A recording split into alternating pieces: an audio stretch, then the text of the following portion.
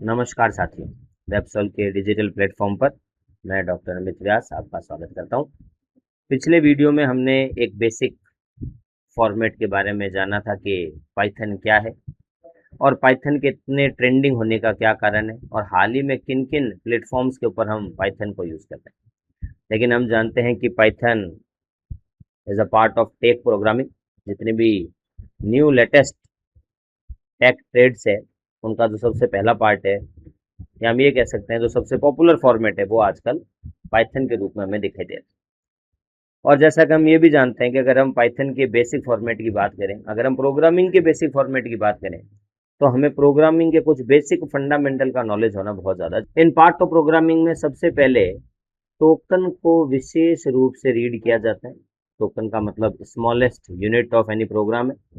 और टोकन के अंदर हम ये कह सकते हैं कि प्रोग्रामिंग के फंडामेंटल्स जैसे character set, data type, keywords, variable और कांस्टेंट और ऑपरेटर जैसे बेसिक फंडामेंटल्स को रीड आउट करना बहुत ज़्यादा ज़रूरी है। इस वीडियो में हम बात करेंगे कि पाइथन के अंदर डेटा टाइप कौन कौन से हैं। जैसा कि हम बेसिक प्रोग्रामिंग की बात करते हैं तो पाइथन या अदर प्रोग्रामिंग की बात करें तो हम ये जान चुके हैं कि डेटा टाइप हमारे पास में दो प्रकार के हैं, जिसे बिल्ट इन डेटा टाइप और यूजर डिफाइंड डेटा टाइप के नाम से जाना जाता है।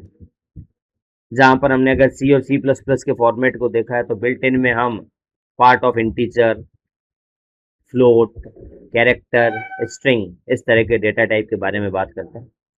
और यूजर डिफाइंड डेटा टाइप में हम array, pointer, structure, union, class, object, enum इस तरह के अलग अलग डेटा टाइप के बारे में देखते हैं। लेकिन जब हम बात पाइथन के फॉर्मेट में कर रहे हैं तो पाइथन में डेटा टाइप की एक अलग ही सीरीज डिजाइन की गई है, जिसमें सबसे पहले इंटीजर। इंटीजर का मतलब कंप्लीट वैल्यू, कंसोलिडेट वैल्यू के रूप में इसे जाना जाता है।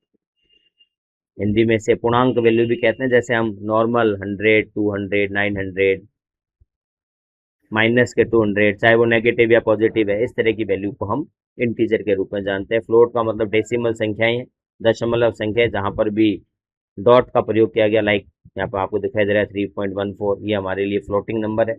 एक नया फॉर्मेट जो कॉम्प्लेक्स नंबर के रूप में हमारे सामने आता है, जिसमें हम कीवर्ड जे का यूज करते हैं, इसे फॉर्मली कॉम्प्लेक्स नंबर के रूप में जाना जाता है। यहाँ पर ये विषय ध्यान रखना है कि जिस तरह से सभी प्रोग्रामिंग के अंदर डेटा टाइप की रेंज होती है, पाइथन में कोई भी डेटा टाइप की रेंज स्पेसिफाइड नहीं है।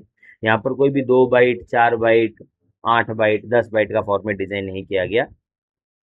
Means there is no separate data type for long integer या other part of data type में। हम सबसे पहले इंटीजर, फ्लोट और कॉम्प्लेक्स के बारे में बात करते हैं। पार्ट ऑफ अगर इंटीजर की बात करें तो इंटीजर को कंप्लीट वैल्यू के रूप में जाना गया है, चाहे वो नेगेटिव है चाहे वो पॉजिटिव है। इसमें कोई भी डेसिमल पार्ट का प्रयोग नहीं किया जा सकता। यहाँ पर पॉजिटिव संख्या भी हो सकती है और नेगेटिव संख्या भी हो सकती है। और विशेष रूप से जब हम कोई भी पाइथन के अंदर प्रोग्राम को डिफाइन करेंगे, यहाँ पर हमें प्रोग्राम में integer a equal to 10 define करने की जरूरत नहीं होती है, क्योंकि पाइथन में जब हम ए इक्वल टू 10 लिखेंगे तो हमारा इंटरप्रेटर अपने आप ही समझ लेगा कि जो 10 है वो टाइप ऑफ न्यूमेरिक है, टाइप ऑफ इंटीजर है। तो जैसे ही हम टाइप फंक्शन के माध्यम से इसकी क्लास, इसका डेटा टाइप पूछना चाहेंगे, ये हमें आउटपुट के रूप में इंटीजर को प्रोड्यूस करेगा। आपको नोट में दिखाई भी दे रहा है कि integer have a unlimited size. यहाँ पर डेटा टाइप की कोई साइज को, कोई रेंज को डिफाइन नहीं किया गया। इसी तरह हम फ्लोट का भी यूज करते हैं। फ्लोट को एज ए रियल नंबर के रूप में जाना जाता है। फ्लोट को डेसिमल संख्या भी कहते हैं। फ्लोट भी चाहे नेगेटिव हो चाहे पॉजिटिव हो, लेकिन अगर जिसके बीच में भी हमने डॉट, दशमलव का प्रयोग कर दिया, those are part of floating number. किसी भी डेटा का टाइप डिफाइन करने के लिए पाइथन में हमें विशेष रूप से टाइप मेथड दिया गया है, जिसके माध्यम से हम टाइप का यूज कर सकते हैं।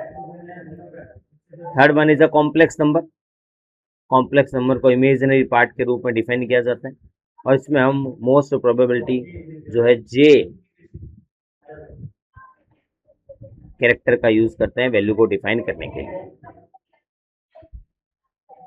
लेकिन जो पाइथन में सबसे ज्यादा वर्किंग में आने वाले डेटा टाइप है उसमें मुख्य रूप से शामिल किया गया है लिस्ट को, टपल को, सेट को और डिक्शनरी को।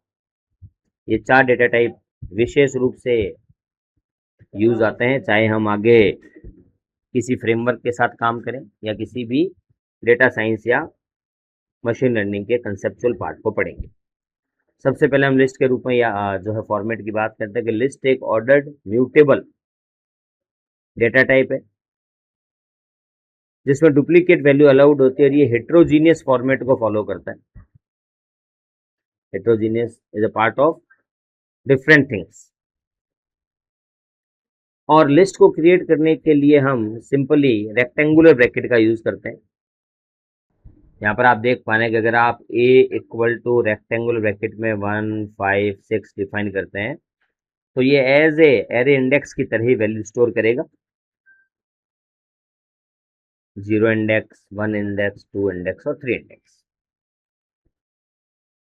और इसके खुद के कई ऑपरेशन भी है जिन्हें हम मेथड्स के रूप में जानते हैं, चाहे उसमें ऐड मेथड है, रिमूव मेथड है, लेंथ मेथड है। फिलहाल ये जानकारी डीप की होगी, अभी हमें सिर्फ इतना पता होना चाहिए कि लिस्ट डेटा टाइप को रेक्टेंगुलर ब्रैकेट में डिफाइन किया जाता है। ये एरे के फॉर्मेट में वैल्यू स्टोर करता है। जो भी हमें एरे बना रहे हैं इसे इंडेक्स कहा जाता है। ये इंडेक्स नेगेटिव भी हो सकता है और पॉजिटिव भी हो सकता है। ये ऑर्डर्ड है और म्यूटेबल है। ठीक इसी प्रकार से टपल जो हमें डेटा टाइप दिखाई देता है ये ऑर्डर्ड है और इम्यूटेबल है। इम्यूटेबल का मतलब हम इसमें बाद में बदलाव नहीं कर सकते और इसमें डुप्लीकेट वैल्यू अलाउड है और इसे बनाने के लिए पैरेंथेसिस ब्रैकेट का यूज किया जाता है।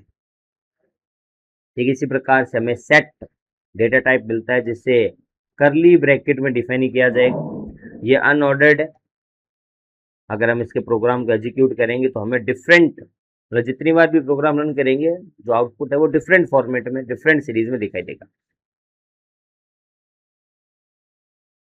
और डिक्शनरी को पेयर वैल्यू के रूप में जाना जाता है और इसमें वैल्यू को सेपरेट करने के लिए कॉलन का यूज करते हैं। इसे की पेयर वैल्यू के रूप में जाना जाता है और इसे हैंडल करने के लिए कॉलन सिंबल का प्रयोग करते हैं।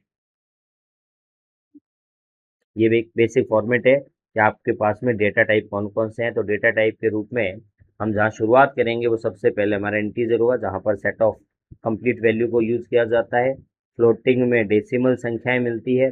कॉम्प्लेक्स को इमेजिनरी पार्ट जे कीवर्ड के माध्यम से डिफाइन किया जाता है, जे वर्ड के माध्यम से, कैरेक्टर के माध्यम से डिफाइन किया जाता है। लिस्ट जो हमारा इंपॉर्टेंट पार्ट है जिसे रेक्टेंगुलर ब्रैकेट में डिफाइन करेंगे, सीरीज के रूप में वैल्यू को रखा जाता है। आगे जाके हम इसमें स्लाइसिंग और इंडेक्सिंग मेथड का प्रयोग कर सकते हैं।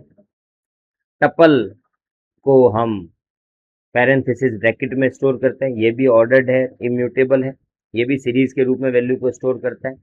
सेट में करली ब्रैकेट का प्रयोग किया जाता है। ये अनऑर्डर्ड और म्यूटेबल है, इसमें डुप्लीकेट वैल्यू अलाउड नहीं होती है। और लास्ट डिक्शनरी जिसे पेयर वैल्यू कहा जाता है और वैल्यू को पेयरिंग में रखा जाता है जिसमें एक को की बोलते हैं और एक को वैल्यू बोलते हैं। जिसमें एक को की कहा जाता है और एक को वैल्यू के रूप में डिफाइन किया जाता है। ये भी अनऑर्डर्ड और म्यूटेबल है। तो ये जो सभी पार्ट है, ये जो सभी फॉर्मेट है, ये सभी फॉर्मेट हमारे डेटा टाइप के रूप में हमें दिखाई देते हैं। नेक्स्ट जो हमारा इंपॉर्टेंट टॉपिक रहेगा जिसमें हम बात करेंगे कि किस प्रकार से हम पाइथन के साथ वर्किंग कर सकते हैं, हमारे पास में कौन कौन से ऑपरेटर्स डिफाइन किए गए हैं। तो बने रहिए, वेबसोल के साथ जुड़े रहिए। धन्यवाद।